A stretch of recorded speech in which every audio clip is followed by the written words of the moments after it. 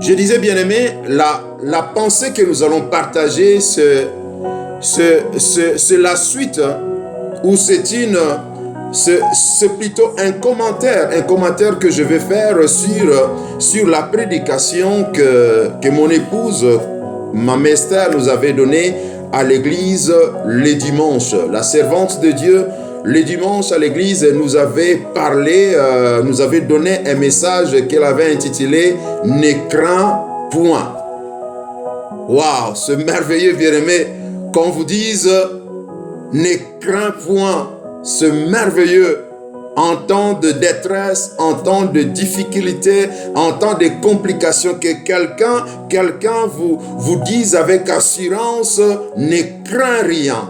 Et c'était la pensée qui nous a été transmise les dimanches. Et je vais revenir sur cette pensée-là. Je vais faire un commentaire et nous allons prier sur ces fondements-là. Ne crains rien ne crains point était venu comme une suite à un message que moi j'avais donné 2 semaines passées à l'église, l'enseignement ou la prédication que j'avais intitulé la nécessité d'apporter sa dîme à Dieu. Bien-aimé, c'est nécessaire, c'est très important d'apporter sa dîme à Dieu, parce que la dîme, c'est notre affaire. La dîme n'était pas seulement l'affaire de la loi, sous la loi de Moïse, l'affaire d'Israël, mais c'est notre affaire par rapport à notre père Abraham, qui avait même commencé cette pratique de donner la dîme à Dieu. Et nous avions vu l'importance, nous avions vu ce que signifie la dîme, nous avions vu le bénéfice d'apporter sa dîme à Dieu. Et le dimanche dernier, la servante de Dieu, Maman Esther, nous avait donné une suite, nous avait donné un plus sur cela avec ce thème « Ne crains point ». Avec « Ne crains point », elle a voulu nous montrer ce que Dieu fait quand on le met en premier lieu. Ce que Dieu fait quand on le laisse occuper le trône dans nos vies. Ce que Dieu fait quand on le laisse prendre la première position, quand on le laisse être le premier dans tout ce que nous faisons, le premier dans nos vies de prière, le premier dans tout ce que nous faisons dans nos maisons, au travail, partout où nous sommes, et le premier même dans nos finances. Quand on les laisse occuper, la première position, Dieu se manifeste puissamment. Et elle avait exploité ces textes dans le livre de 1 Roi. Je vais y retourner. 1 Roi chapitre 17. 1 Roi chapitre 17. Et nous allons commencer à partir du verset 8e jusqu'au verset 16e. C'est un peu long, mais c'est intéressant que nous comprenions l'historique, que nous comprenions ce qui se passe, l'événement qui se passe. Et à partir de là, nous allons tirer une leçon. Je disais, 1 Roi, chapitre 17, versets 8 à 13. Plutôt 8 à 16. Je vais lire rapidement. Alors la parole de l'Éternel lui fit adresser en ces mots. Je répète, verset 8. Alors la parole de l'Éternel lui fit adresser en ces mots. Qui est en train de parler ou qui va parler ici? C'est Dieu, c'est l'Éternel. Verset 9 déclare ceci. Lève-toi, va à Sarepta, qui appartient à Sidon, et demeure là. Voici, j'y ai ordonné à une femme veuve de te nourrir. Waouh! L'Éternel est en train de parler avec précision. Il parle à Élie. Il lui dit, lève-toi, va à Sarepta, qui appartient à Sidon, et demeure là, ne bouge pas, reste là. Demeure là. Pourquoi? Parce que j'y ai ordonné, j'ai donné l'ordre, j'ai donné l'instruction à une femme veuve, pas une femme de grands moyens, pas une femme de grandes possibilités, pas une femme mariée à un homme bien placé dans la société, mais à une femme veuve qui nous donne l'implication de la souffrance. À une femme veuve, l'Éternel avait ordonné de prendre soin d'Élie. de prendre soin d'Élie. Et le verset 10 déclare ceci. Il s'éleva et il alla à Sarepta. Comme il arrivait à l'entrée de la ville, voici, il y avait là une femme veuve qui ramassait du bois. Il l'appela et dit, va me chercher, je t'ai pris un peu d'eau dans un vase afin que je boive. Comme Dieu avait donné l'ordre, comme Dieu avait donné l'instruction, comme Dieu avait donné la parole qu'il avait préparée, il avait ordonné à une femme veuve de prendre soin de son serviteur.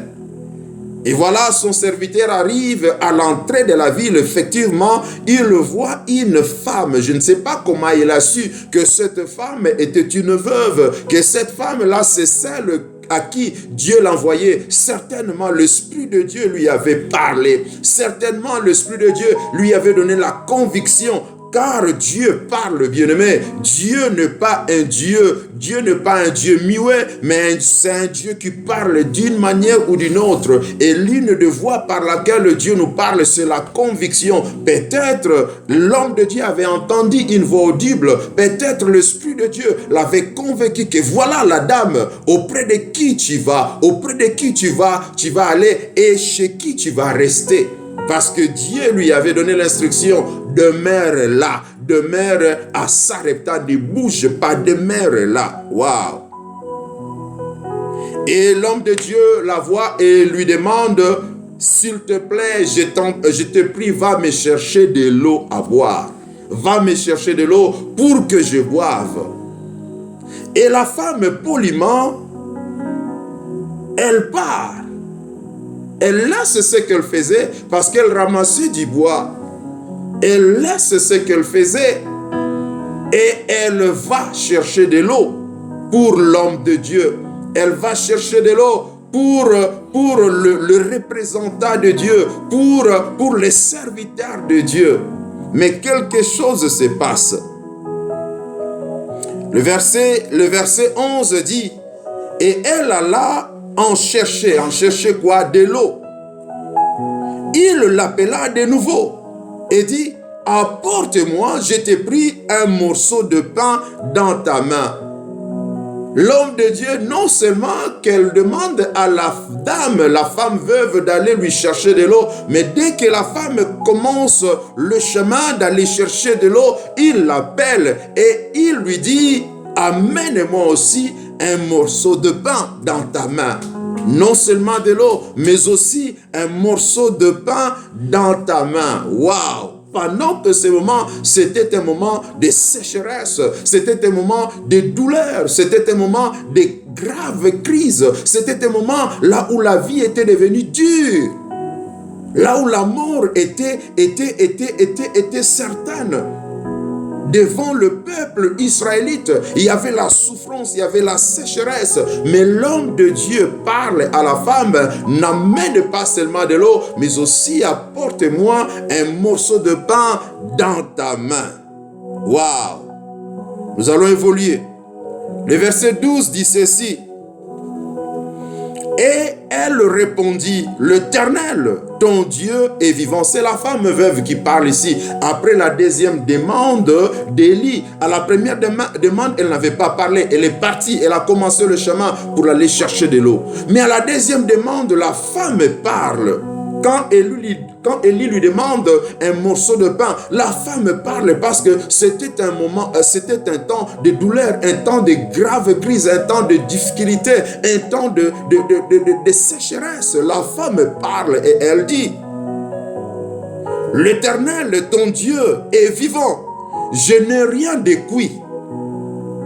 Je n'ai qu'une poignée de farine dans un pot et un peu d'huile dans une cruche. Waouh! Je n'ai rien, je n'ai qu'un peu de farine, un peu d'huile. Et écoutez ce qui va se passer. Et voici, je ramasse 2 morceaux de bois. Puis je rentrerai et je préparerai cela pour moi et pour mon fils. Nous mangerons, après quoi nous mourrons. Bien-aimé, c'était grave. C'était un moment dur, c'était un moment de grande souffrance au point où le gâteau que la dame devrait faire, c'était le tout dernier gâteau de leur vie.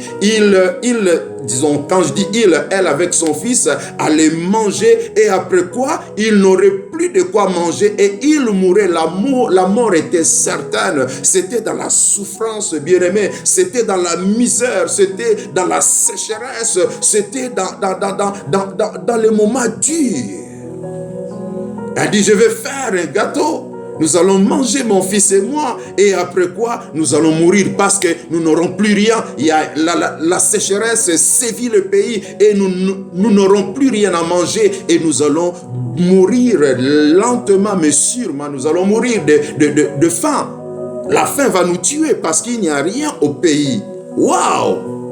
Quel tableau de souffrance ici, quel tableau de difficulté, quel tableau de désespoir, là où on n'a pas seulement perdu peut-être l'argent, on n'a pas seulement perdu le vêtement, peut-être on n'a pas seulement perdu le matériel, mais on est en voie de perdre même la vie parce qu'il n'y a plus rien dans le pays, il n'y a plus rien autour de soi, autour de cette dame, il n'y avait plus rien. Peut-être quelqu'un est en train de traverser des moments pareils dans sa vie, là où tout a séché, là où tout est perdu et on a comme impression qu'on se dirige vers la mort. On a comme impression qu'on va petit à petit vers la mort. Bien aimé, il y a des situations pareilles dans la vie. Il y a des situations pareilles dans la vie. Mais le Dieu que moi je vous annonce, il est le Dieu qui contrôle les situations. Il est le Dieu qui contrôle les événements. Il est le Dieu qui contrôle le temps et les circonstances. Il est le Dieu qui est au contrôle de tout. Il contrôle même le diable. Il contrôle tout, bien-aimé. Rien n'est en dehors de son contrôle. Il est le Dieu capable de tout. Dans cette souffrance, dans cette misère, Dieu était là. La dame pensait que cela était le dernier gâteau. Ils allaient manger et après quoi, ils mourraient. Parce que la souffrance était énorme. La souffrance était atroce au pays, dans le pays. Écoutez ce que l'homme de Dieu dit. Ce que le représentant de Dieu dit. C'est que le serviteur de Dieu dit dans le verset 13e, Élie lui dit, ne crains point.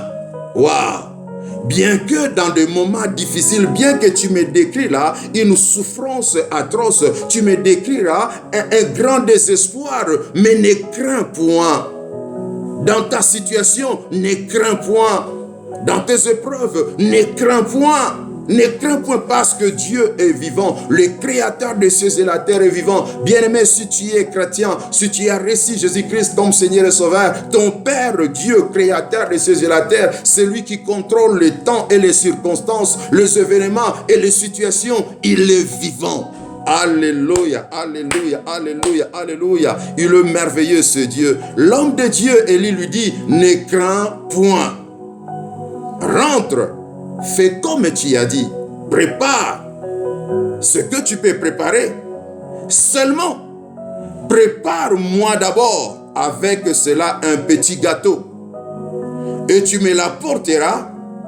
Tu en feras ensuite pour toi et pour ton fils. Là, ça me dépasse. La dame avait dit qu'elle n'avait qu'un peu de farine, un peu d'huile.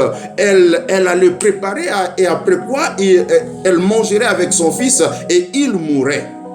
Mais ici, l'homme de Dieu, il a bien entendu la description de la souffrance de la femme. Il comprend la douleur de la femme. Il comprend la sécheresse qui sévit dans le pays. Elle comprend que c'est le dernier menu, c'est la dernière bouffe de la femme et son fils. Et après quoi, ils vont mourir. Mais l'homme de Dieu lui dit, oubliez votre situation. Fais-moi d'abord. Prépare-moi d'abord. Il dit, je comprends, en d'autres termes, je comprends ta situation, mais va, prépare d'abord pour moi, après tu vas préparer pour toi-même et ton fils. L'homme de Dieu continue à parler. L'homme de Dieu continue à parler. Au verset 14, car ainsi parle l'Éternel, le Dieu d'Israël. La farine que tu as, la farine qui est dans le pot ne manquera point, et l'huile qui est dans la cruche ne diminuera point, jusqu'au jour où l'Éternel le fera tomber de la pluie sur la face du sol. Et le verset 11 commence avec El Allah.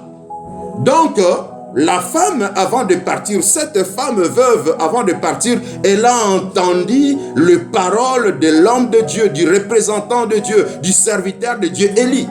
Qu'est-ce que Élie a dit? Nous avons les paroles d'Élie dans le verset 13 et le verset 14. Je vais les reprendre pour une bonne compréhension. Le verset 13 dit, Élie lui dit, ne crains point, rentre, fais comme tu as dit, seulement prépare-moi d'abord avec cela un petit gâteau et tu me l'apporteras. Tu en feras ensuite pour toi et pour ton fils. L'homme de Dieu dit, d'abord moi. Je comprends ta situation, mais d'abord moi. Je comprends que tu es en souffrance, mais d'abord moi. Je comprends que c'est la dernière table, c'est la dernière table que vous allez avoir, c'est la dernière bouffe que tu vas avoir avec ton fils, mais d'abord moi. Et l'homme de Dieu ne s'arrête pas là, et il explique maintenant pourquoi la femme doit d'abord considérer son besoin. Pourquoi la femme doit d'abord mettre l'homme de Dieu en première position. L'homme de Dieu donne des explications au verset 14. Il dit, car ainsi parle l'Éternel, le Dieu d'Israël. La farine qui est dans le pot ne manquera point. Et l'huile qui est dans la cruche ne diminuera point, jusqu'au jour où l'Éternel le fera tomber de la pluie sur la face du sol.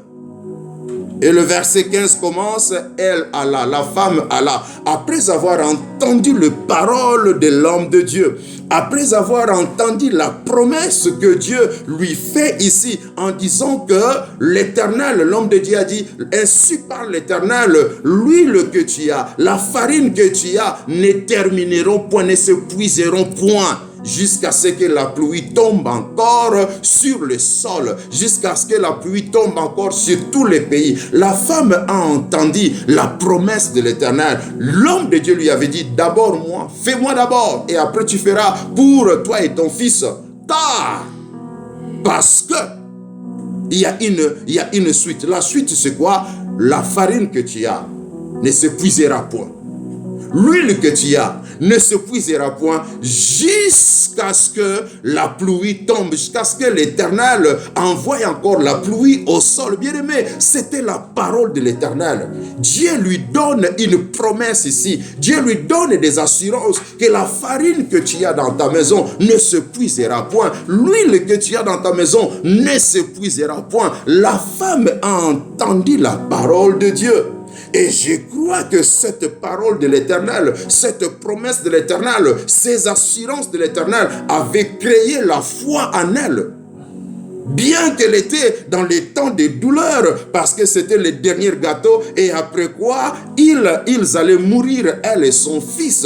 Mais à cause de la parole de l'Éternel, à cause des assurances qu'elle reçoit de la parole de l'Éternel, la femme avait eu la foi que non, ce Dieu n'est pas un homme pour mentir, ce Dieu n'est pas un fils d'un homme pour se repentir. Ce qu'il dit, il le fait. Quand tu le promets, il le réalise. Il est derrière sa parole pour la confirmer. La femme a entendu la parole de Dieu, et comme Paul dit, la foi vient de ce que l'on entend. Ce qu'elle a entendu a produit la foi dans son cœur, et elle a fait confiance à l'Éternel. Et le verset 15 dit, elle alla. Après avoir entendu l'Éternel, elle a exécuté l'ordre de l'homme de Dieu. Elle a exécuté la parole, la demande que l'homme de Dieu lui avait adressée. Le verset 15 dit ceci, elle alla et elle fit selon la parole d'Élie. Élie, l'homme de Dieu. Élie, le représentant de Dieu. Élie qui était la bouche de Dieu. Elle fit selon la parole d'Élie, en d'autres termes, selon la parole de l'Éternel. Et pendant longtemps, elle eut de quoi manger, elle et sa famille, aussi bien que Élie. Waouh! En temps de sécheresse, en temps de souffrance, en temps de douleur, parce que cette dame avait fait confiance en Dieu, parce que cette dame, elle a entendu la parole de Dieu bien-aimé. La parole a créé la foi en elle. La foi l'a poussée à exécuter la demande de Dieu. Elle a fait, elle a vécu le miracle. Elle a fait, elle a vu la parole de Dieu, la promesse de Dieu, les assurances de Dieu se manifester. Bien-aimé, le verset 16 dit ceci: la farine qui était dans le pot ne manqua point, et l'huile qui était dans la cruche ne diminua point, selon la parole que l'Éternel avait prononcée par Élie. Selon la parole que Élie avait déclarée dans le verset 14, nous voyons la réalisation, nous voyons la manifestation de cette parole dans le verset 16. Bien-aimés, faisons confiance en Dieu. Peu importe le moment, peu importe le temps, peu importe la situation, peu importe la réalité, faisons confiance en Dieu. Ce que Dieu dit est capable de le faire. Ce que Dieu promet, il est capable de le faire. Cette femme avait entendu la promesse de Dieu. Elle avait entendu la parole de Dieu et elle a exécuté et elle a vécu le miracle pendant longtemps. Pendant longtemps. La farine n'avait pas manqué dans sa maison. L'huile n'avait pas manqué dans sa maison. Pourtant, elle avait un tout petit peu d'huile, un tout petit peu de farine. Elle devrait faire un gâteau, manger et après quoi mourir. Mais parce que l'Éternel a parlé, la parole de l'Éternel a créé la foi en elle. Elle a exécuté l'instruction de Dieu et elle a vu le miracle. Ce Dieu n'a pas changé, bien-aimé. Le Dieu que moi je vous prêche là, le Dieu que moi je vous présente là, n'a pas changé. Il est le même hier, aujourd'hui et éternellement. Il est derrière sa parole pour l'accomplir. Qu'est-ce que Dieu t'a dit? Quelle est l'instruction que Dieu t'a donnée? Quelle est la demande que Dieu t'a faite? Bien-aimé, que les circonstances ne t'empêchent pas, que la réalité présente ne t'empêche pas, que la condition par laquelle tu traverses, la condition dans laquelle tu te retrouves ne t'empêche pas à exécuter la parole de Dieu. Exécute la parole de Dieu. Ce que Dieu t'a dit, ce que Dieu t'a donné comme instruction, fais-le. Bien-aimé, la Bible nous donne beaucoup de promesses. La Bible nous donne des assurances. Ce Dieu ne ment jamais. Il est fidèle, il est juste. Mettons-le en l'épreuve, mettons-le de sorte à l'épreuve, comme il dit dans Malachie, chapitre 3, verset 10 à 12. Vous allez voir ce que Dieu dit. Parce que je disais, cette parole était la suite d'une leçon, la suite d'une prédication que j'avais faite sur la dîme. Et quand on est fidèle à Dieu par rapport à la dîme, bien-aimés, nous avons la promesse de Dieu. Dieu nous promet de grandes bénédictions, l'explosion de grandes bénédictions. Vous allez le voir, comme je le disais, dans Malachie chapitre 3, à partir du verset 10e jusqu'au verset 12e. Dieu nous promet de grandes bénédictions. Quand on apporte à la maison de l'Éternel notre dîme, Dieu nous promet la réussite dans nos entreprises. Dieu nous promet le succès. Dieu nous promet la protection divine. Dieu nous promet le bonheur. Bien-aimé, comme Dieu a exécuté sa parole dans la vie de la veuve de Sarepta, il le fera également dans nos vies. Il suffit de lui être fidèle. Il suffit d'exécuter sa parole. Lui, il fait sa part. Bien-aimés, soyons fidèles, restons fidèles, soyons obéissants à Dieu, exécutons sa parole et nous allons voir le merveille. Nous allons voir le miracle. Nous allons voir des grandes choses avec l'Éternel. Moi que vous voyez là, je suis plein de témoignages par rapport à la dîme. Bien-aimé, apporte la dîme à ton église. Si tu n'es pas de mon église, si tu n'es pas de Gospel Excellence Ministries, apporte la dîme à ton église. Mets de sorte Dieu à l'épreuve et tu verras ce que Dieu fera. Tu verras l'explosion de grandes bénédictions dans ta vie. Dieu a béni. Dieu a déjà prononcé la bénédiction pour toi. Mais la dîme est l'une des clés qui amène ces bénédictions dans le monde physique. Les bénédictions sont spirituelles. La dîme est l'une des clés et l'un des éléments qui vont t'aider à à amener ces bénédictions dans la réalité. Bien-aimé, reste fidèle à Dieu. Bien-aimé, fais confiance en Dieu. Il ne te décevra jamais. J'ouvre une parenthèse que je vais fermer rapidement. Bien-aimé, tout ceci ne sera possible que quand Jésus-Christ a pris contrôle de nos cœurs. Car la parole de Dieu déclare, sans moi, Jésus dit, sans moi vous ne pouvez rien faire. Sans moi vous ne pouvez rien faire. Bien-aimé, si tu n'as jamais reçu Jésus comme Seigneur et Sauveur, aujourd'hui c'est ton jour. L'apôtre Paul dit, si tu crois dans ton cœur que Dieu a ressuscité Jésus d'entre les morts, et si tu confesses de ta bouche qu'il est Seigneur, tu seras sauvé. C'est ça la formule, c'est ça la clé, c'est ça la marche. Il n'y a pas un formulaire à remplir, il n'y a pas un frais à payer, juste croire, juste confesser de sa bouche que Jésus est Seigneur. Et quand on confesse de sa bouche que Jésus est Seigneur, il y a l'implication de le suivre, il y a l'implication de lui être obéissant, il y a l'implication de le laisser occuper le trône dans sa vie, et qu'il devienne le maître. Bien-aimé, c'est ça le secret. Quand on laisse Jésus-Christ occuper nos cœurs, nous serons à mesure de capter la parole de Dieu. Et nous serons à mesure de mettre la parole de Dieu en pratique afin de vivre le miracle, afin de vivre, de recevoir des réponses à nos situations, à nos besoins. Bien-aimé, si tu n'as jamais reçu Jésus comme Seigneur et Sauveur, aujourd'hui c'est ton jour. Ne perds pas. Demain ne t'appartient pas. La seconde qui te suit, la seconde qui suit après, celle-ci ne t'appartient pas. Peut-être tu es dans l'église depuis longtemps, mais tu n'as jamais pris la décision de laisser Jésus conduire ta vie. Tu n'as jamais laissé Jésus-Christ occuper le trône de ta vie. Aujourd'hui, prends la décision, bien-aimé. N'attends pas demain. Demain ne nous appartient pas. Je te donne quelques secondes. Je te donne quelques secondes de prendre la décision. Et après cela, nous allons prier. Bien-aimé, prends la décision. Laisse Jésus occuper le trône de ta vie. Donne-lui ton cœur aujourd'hui. Ouvre-lui ton cœur d'entrer et de devenir ton Seigneur, de devenir ton Sauveur au nom de Jésus. Je te donne quelques instants. Prends la décision et accepte le Seigneur. Accepte Jésus afin que tu sois en mesure de capter la parole de Dieu, d'exécuter la volonté de Dieu et de vivre le miracle. Alléluia, alléluia, alléluia.